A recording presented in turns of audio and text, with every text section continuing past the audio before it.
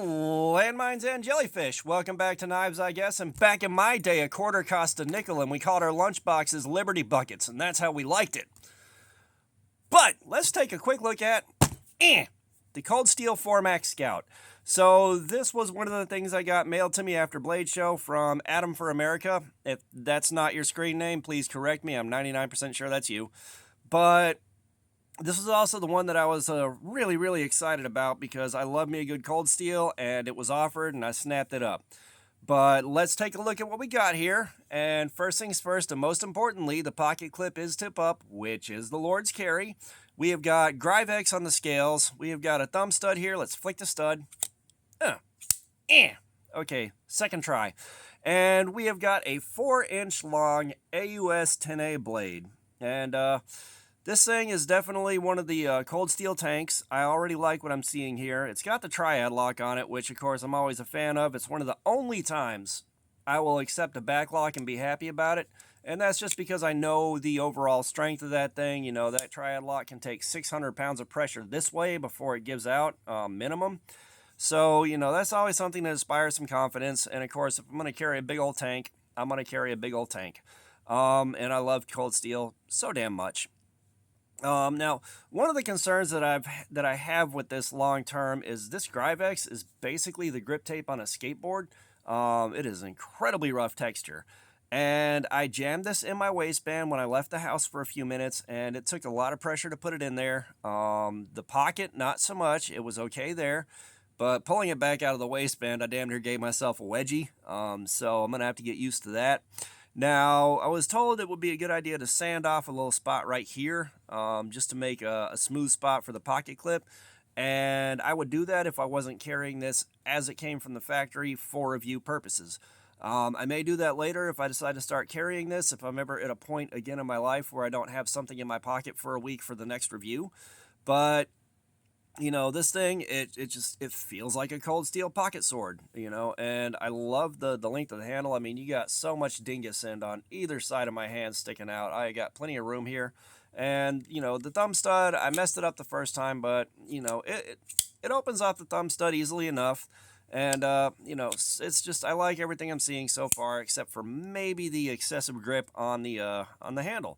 And, of course, we got our traditional Cold Steel factory edge. And, you know, this is, again, why I am a little bit more critical of factory edges than I was in the past, is just because, you know, Cold Steel especially has absolutely spoiled me on these edges. I mean, you see how much of how thick the blade is? Like, that is, I think, let's take a look at the box.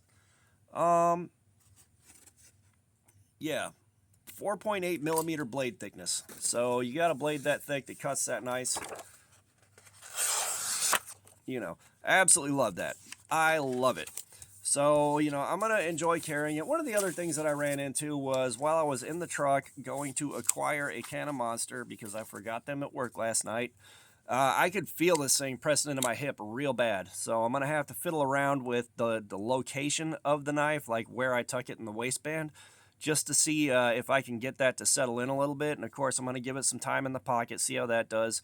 And, you know, this thing is fairly thin for a monster like this, so it's probably going to be a little difficult to get around because it's so wide, but it should also carry pretty cleanly there. That's what I'm expecting. So my expectations are also the cut test on the plastic wrap on pallets. It should blaze right through there like I'm cutting water. If I got to cut it sideways where there's not really any tension on it, it should do pretty good there. I'm expecting it's going to be fun when I feed it some cardboard. And I'm expecting I'm probably going to have to, you know, fiddle with this a bit to get around the insanely high grip on the scales.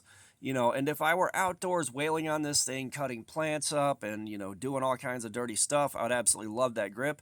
But, you know, casual day-to-day concrete cowboy use, it may be a bit of a hindrance. You know, and then once I'm done with my week of carry, this is going in the box for live streams because we haven't done a proper pocket, pocket sword from Cold Steel yet.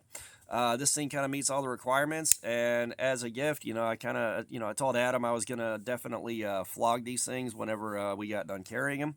So this is probably gonna be a pretty good live stream.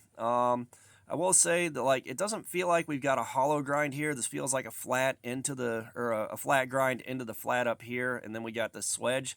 So we may have minimal contact on the flat right here, and the bevel should go through pretty cleanly, but we're going to find out about that when we find out. But, you know, yeah. Like I said, you guys know I love my pocket swords. You know I love my oversized stuff, and this is definitely right there for me. And it was on my list for a while. So again, when I was offered the trade, I definitely was happy to jump on it. But you know, that's our first look at this thing. This is my first impression of it, and you know, overall, it's good. It's it was going to be good before I even got it out of the box. I mean, come on. And that's the only drawback I see is these scales.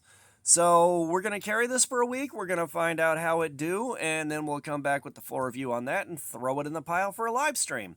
So all that being said, thanks for looking at my crap. Subscribers, you guys are awesome. Y'all keep coming in, and y'all have helped me reach the point of applying for a YouTube partnership. Thank you so much.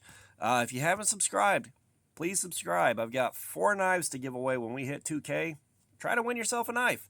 And of course, one of those is the Castoria that we just reviewed, so go back and take a look at that video. But comments, I love some feedback. If you got one of these, let me know how these scales treated you on the carry, or anything else you want to add. And all that being said, y'all have a nice day.